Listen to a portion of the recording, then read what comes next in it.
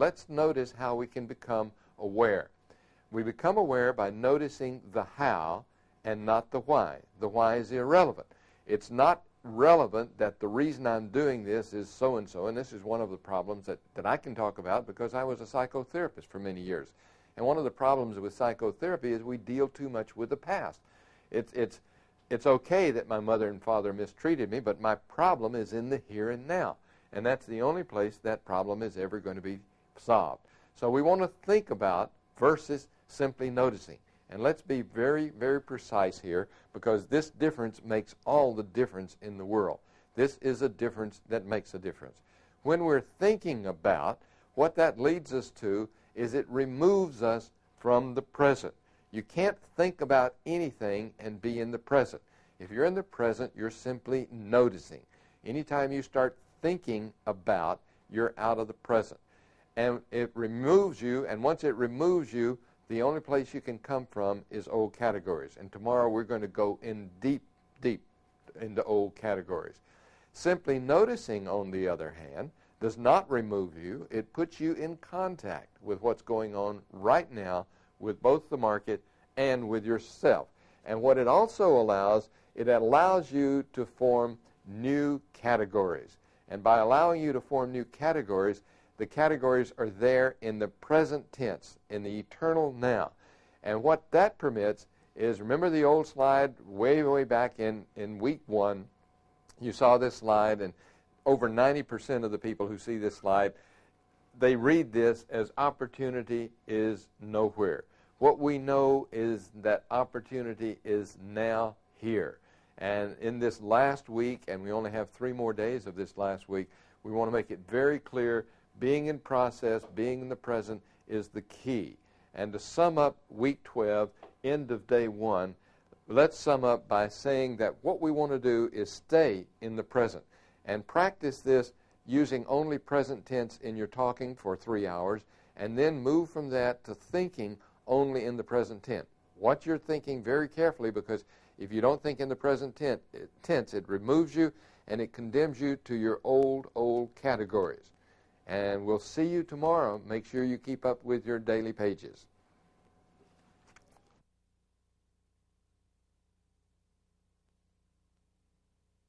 Hi, here we are at day 3 on week 12, and I hope that you're thinking in the present and that you're experiencing and you are in process. Let me give you a couple of small, quick, interesting examples to sort of illustrate the difference between thinking and being in process. What I would like for you to do right now is just simply fake a yawn and there, and see what happens. Now, fake the yawn, and what you're going to find out is that there's a place where the yawn takes over, and you just yawn. And that place, that very subtle place of where you're trying to yawn and it takes over, that's the place we want to get to. That's the underlying structure. Let me give you a couple of other examples. What I would like for you to do right now, and I'm going to have to say this without any preview or pretense, what I want you to do is to notice something. And I want you to concentrate all your attention and notice your breathing. Okay? Now, if you're like most people, what you did is one of 2 things. You either held your breath and said, what am I supposed to do here? What you're doing is you're looking for old categories. You're not using the new information. Or what most people do is when you're asked to notice your breathing, we take a deep breath. That's not what we ask at all. We simply ask to notice the breathing, not to change anything, but it's very difficult because our left hemisphere and our old way of living and our old way of surviving is to look for the right categories. This is what we're taught in school. We're taught how to solve problems. We're not taught how to create things. We're not taught how to create profits, for example. Let me give you a couple more examples. In our country today, the president of this country is trying to solve the deficit problem. It'll never happen, because there's some characteristics, some psychological characteristics about problem solving that we're going to address in a few moments that make it impossible for this to happen. Our Justice Department is trying to solve the problem of crime, so we build a bunch of new jails. It's not going to happen. Our medical profession is trying to solve the problem of disease. It's not going to happen, because when you solve a problem, you don't have anything except a solved problem. And when we look at the right and left hemisphere, this is going to become very, very important. Let me give you one more example of something to do.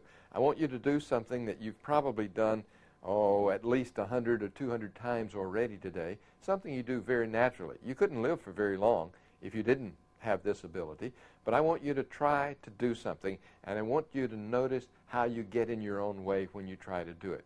What I'd like for you to do right now, without any preparation, is I want you to swallow 5 times as fast as you can. Okay? Go. Keep going, fast as you can. Swallow, swallow, swallow. Now, what's happening is you're finding that each time you try to swallow, it gets more and more difficult because you're using the wrong part of your brain. And let's talk about these parts of the brains. And let's go over here and let's look at this space 1, which is our left hemisphere here. And one of the jobs of the left hemisphere is to solve problems. Now, another job of the left hemisphere, it has 2 main functions, the left hemisphere. One is to do what we call habituate behavior. For example, when you're learning to ride a bicycle, it's very, very difficult. I mean, you have to do a lot of things and think about a lot of things. Then after a while, you kind of get the hang of it. And then you've got it. It becomes habituated. It becomes in your gut. And it may be 20 years since you've ridden a bicycle, but you can get back on that bicycle and ride it immediately. That's one purpose of the left hemisphere. And that's what you've been working with these 12 weeks with these tapes and with the manuals. And when you work with these, you're habituating behavior. So we take the part, how we trade bit by bit, and then we put it back together. The second problem of the second purpose of the left hemisphere is to solve problems. That's this one. Now, inherent in solving problems, what we're taught, and this is what we're taught in school, this is right and wrong. You solve this problem, you get an A or you get an F or whatever. Inherent in any kind of this sort of behavior is a reward-punishment situation. You get a good grade or you get a bad grade. You do this or you lose your job kind of deal. Now, that always, always breeds dissatisfaction. For example, let's say that you're a salesperson and you win the sales contest. You get to go to Hawaii. Then the first question comes up, well, where do we go next year? We're going to Shanghai, or we're going to Kuala Lumpur, or we've got to do something better. This happens at every level. Reward breeds dissatisfaction. Let's say that you've just a beginning trader and you make $1,000 in the market today. And this is, let's assume that this is Monday. Then what we say is, gee, if I can make $1,000 every day, then by Friday I have $5,000, and then maybe next week I can make $2,000 a day. This is the way it goes. And let me show you how this inherent in this whole activity is it breeds dissatisfaction. There's another axiom in psychology that's appropriate here too, and that is that once you start to become successful, you tend to quit doing the very thing that made you successful in the first place. Let's take an example. Let's say that this is you and you're 200 pounds overweight. Now, you're very uncomfortable, kids are laughing at you, the clothes don't fit right, and this is your ideal weight over here. And you decide to go on a weight loss program. And you lose 20 pounds. Well, they say, now you're only 180 pounds overweight.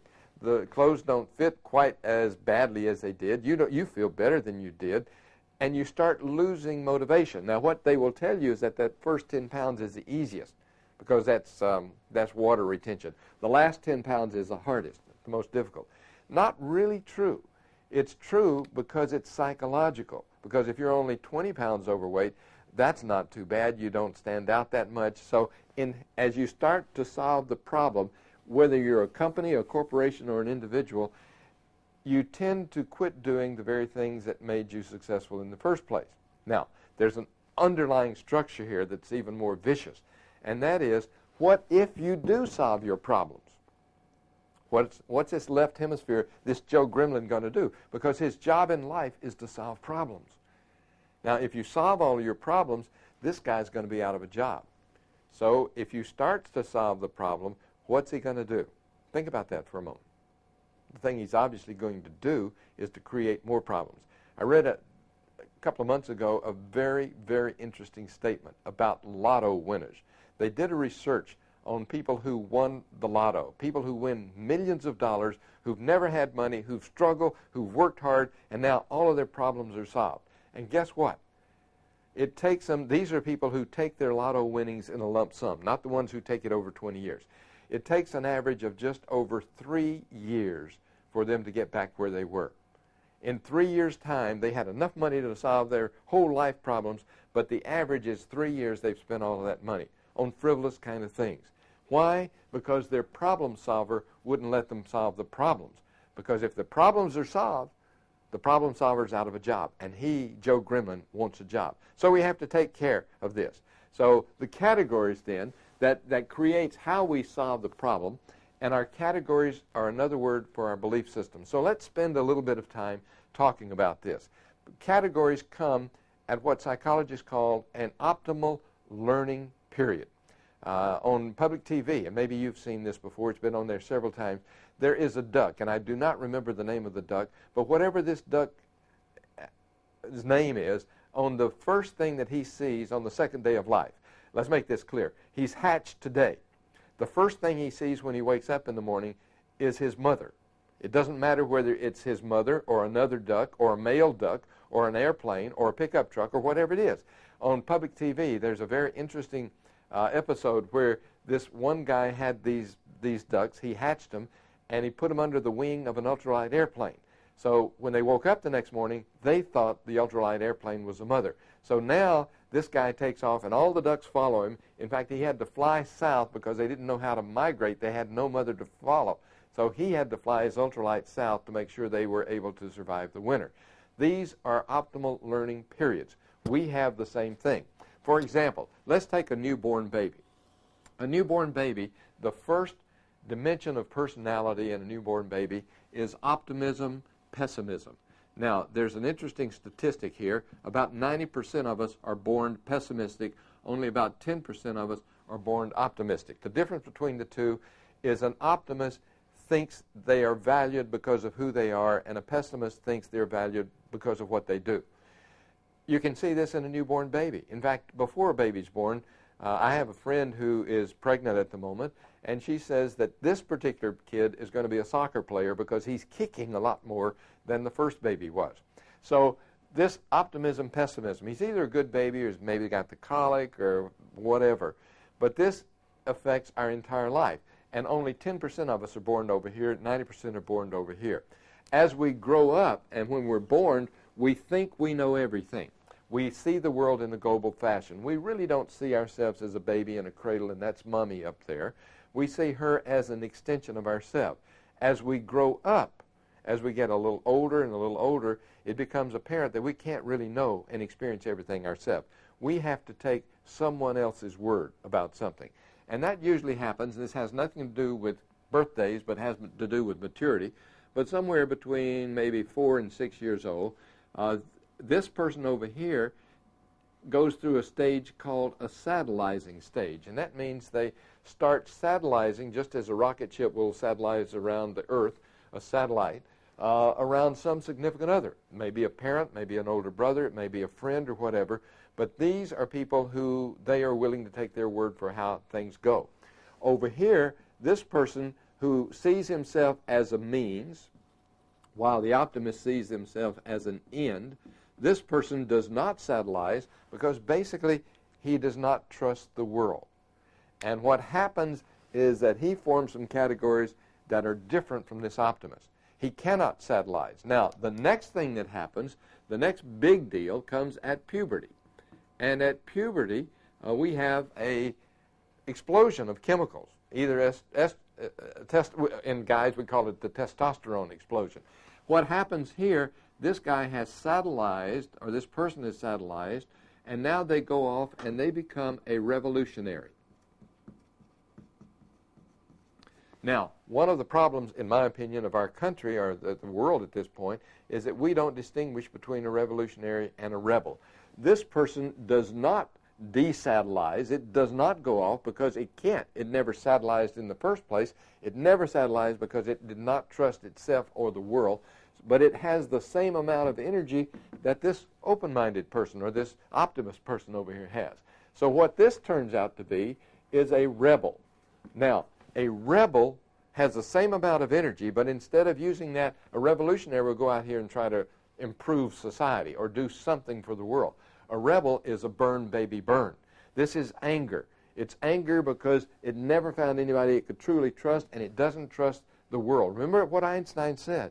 The most important question we can ever ask is the universe a friendly place? And that's basic of what we're talking about right here. So at this point, this produces adults up here, which are two kinds of traders.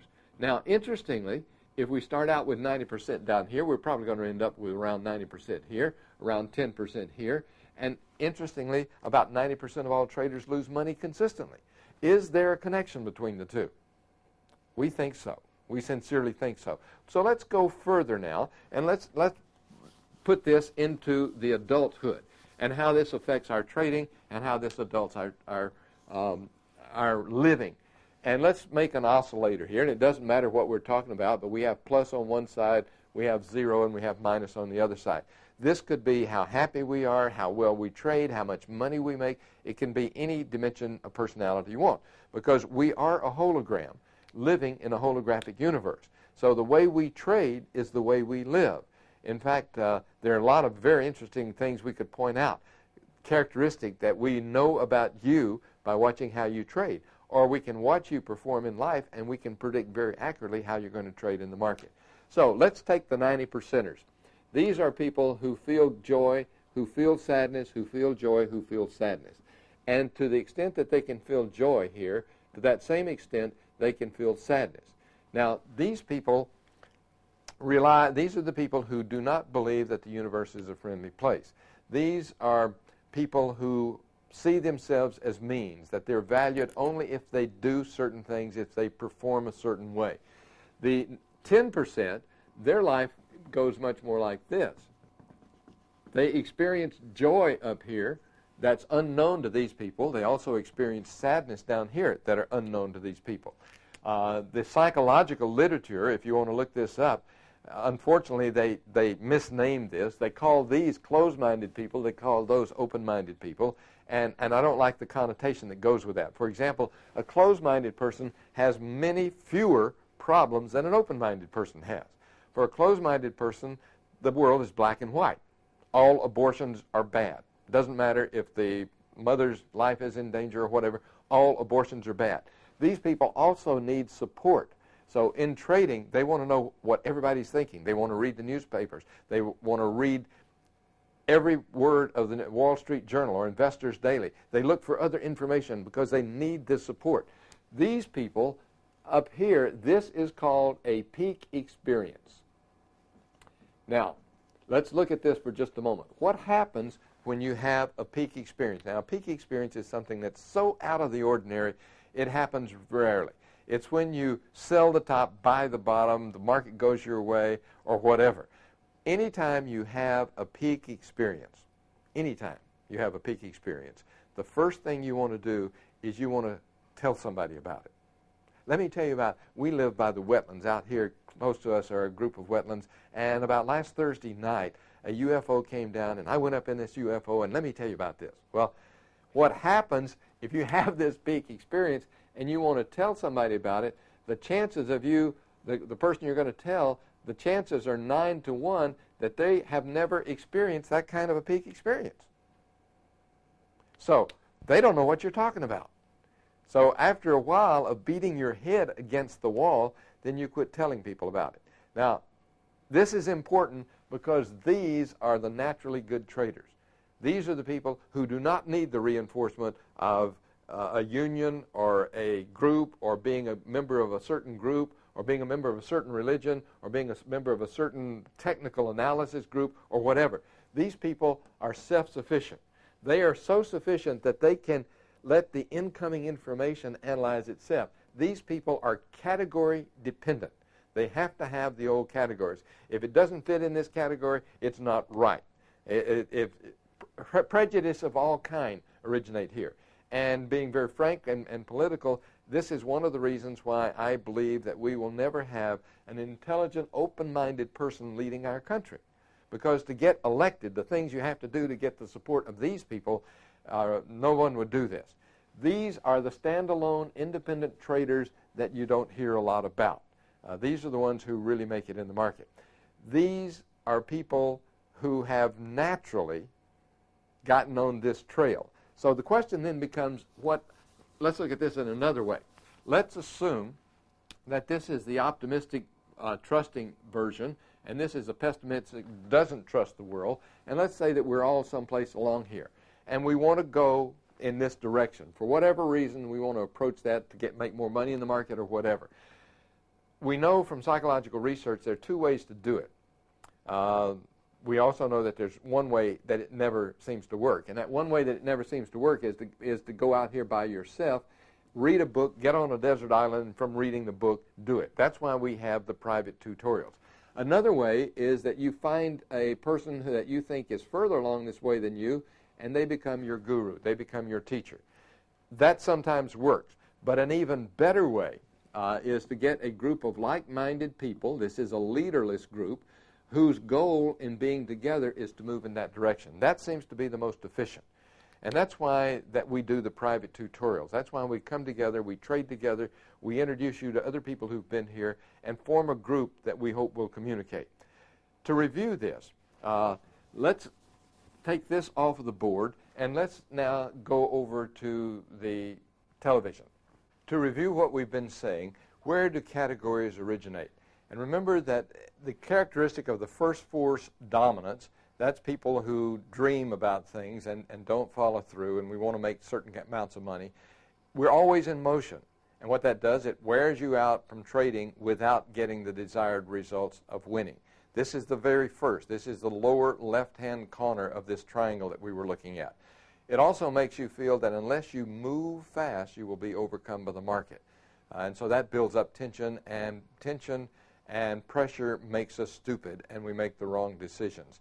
Another characteristic is that we tend to explode like a nova. We get very excited, and then we fall back into despondency, into the second force black hole. And the characteristics of the second force dominance, when we're in the lower right-hand corner of that triangle, is it checks creation. And it makes, actually it has a positive characteristic because it makes room for new growth and new possibilities. And second forces come from when your desires conflict with reality. Now, how we handle that in trading is what we call webometry and the cybernetics of trading. Now, tomorrow, what we're going to do is we're going to spend a good deal of time looking at words and how words affect us. So in reviewing what we've done today, we've looked at where our categories originate.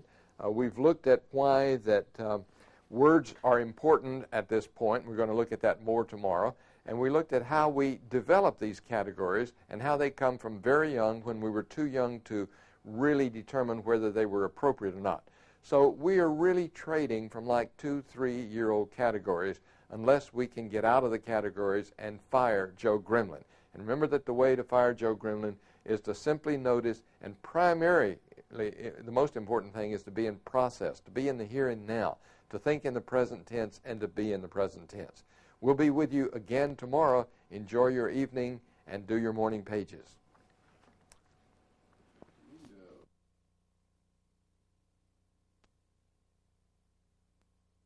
Okay, here we are at day 4. That means we only have one more day this week in the home study course.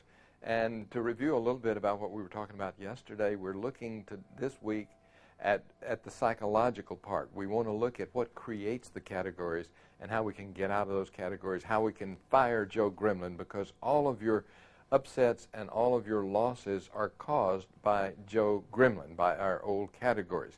And one of the ways we do this is by simply noticing the words we use. And if you have a child, for example, let's say that you have a child who is 5 or 6 years old, and you take them to Disney World.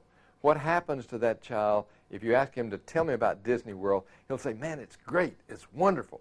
Those are inclusive words. If you ask the parents or ask yourself as a grown-up how it was at Disney, what you're much more likely to find is that they will say something that's exclusive. Well, It wasn't as hot as I thought it was going to be. Wasn't nearly as crowded as I thought it was going to be. The lines weren't as long, and it really didn't cost as much as I thought it was going to be. Now, notice the difference between those two. One is very inclusive. The child's is very inclusive. It was just great. While the adults is conditional. Well, it was not this bad. For example, if your wife asks you, where do you want to go eat?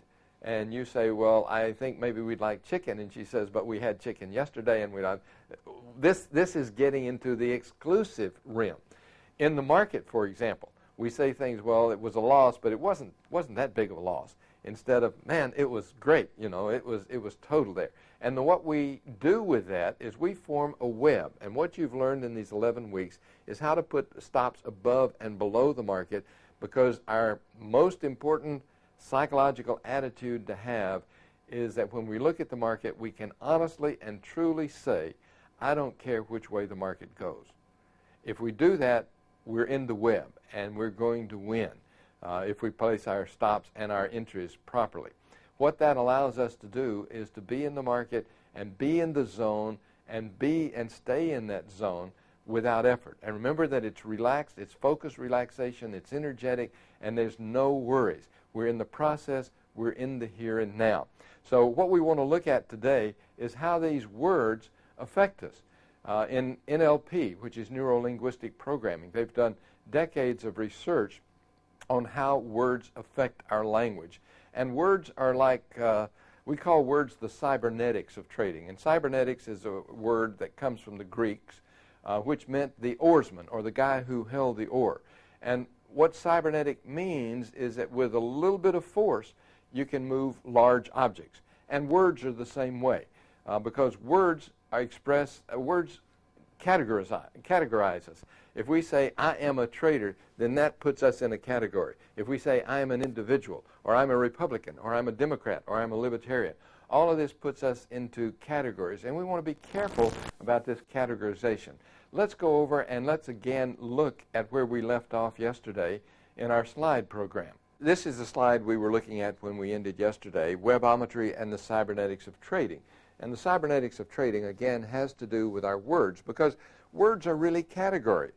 When you say, I am a man, or I am a woman, that puts us in a category, and it takes away from our processing information on the present moment. For example, I woke up this morning, and I was sleeping next to my wife. Now, my assumption was that she was the same lady that I went to bed with last night, which for all practical purposes sometimes seems to work, but it really isn't true. She was 8 hours older. She might have gotten up with a headache, and I'm processing my information from the old categories of, because I've known her for many years and been married to her for many years, I expect her to act a certain way.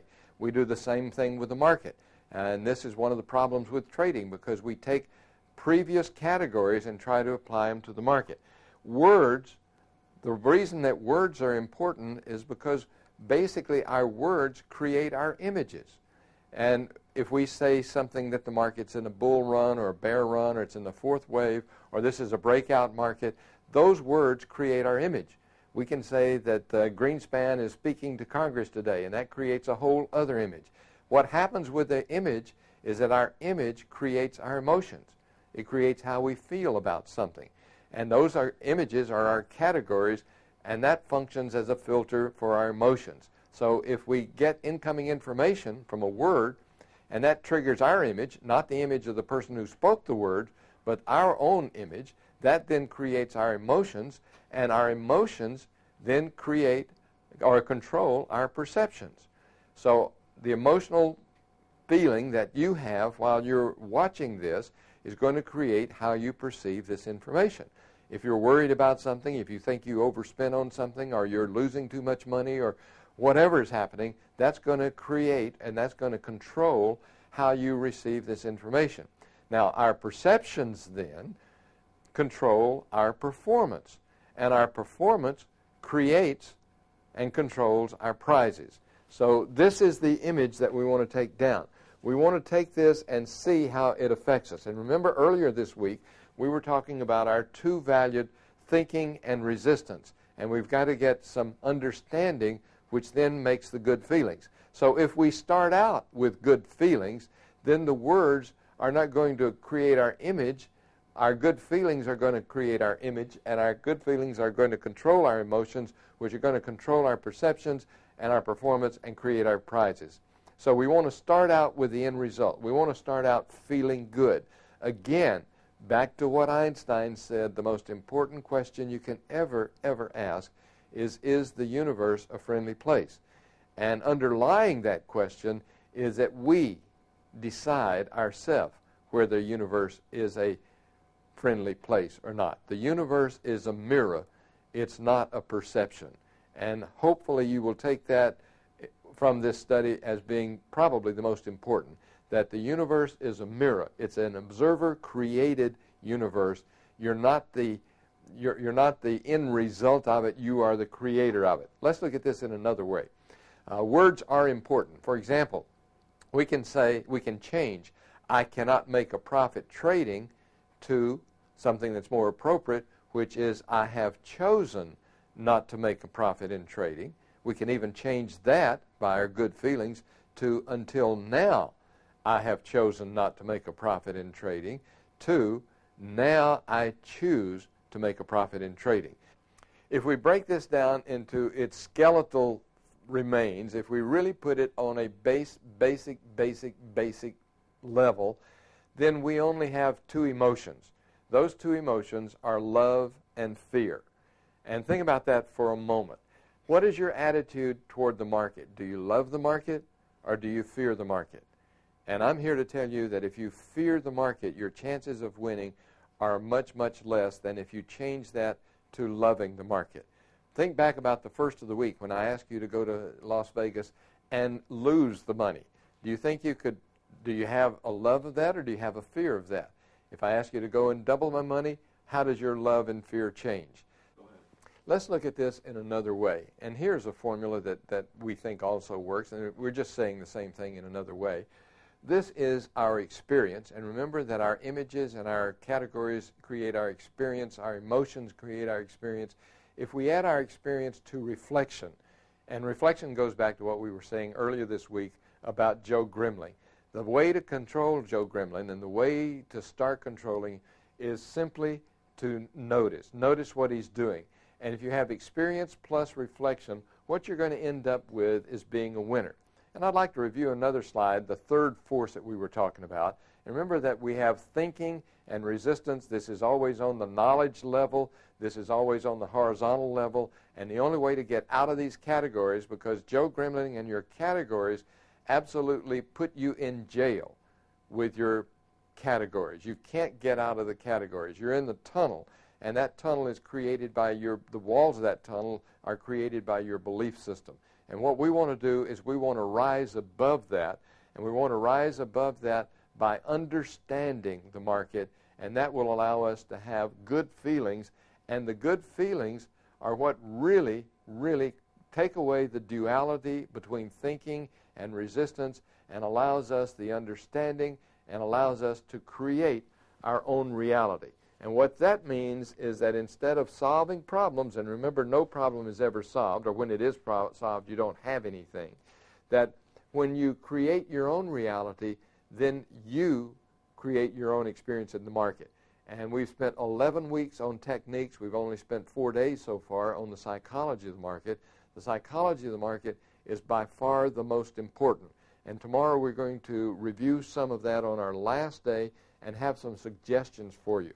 Just remember right now that we want to understand that what happens, our results in the market, our reality of the market and the world come from our good feelings. If our feelings aren't good, then reality is not going to be good. So we have one more day together, and tomorrow we'll review a little bit and we have some ideas for you. Have a good night tonight. We'll see you tomorrow.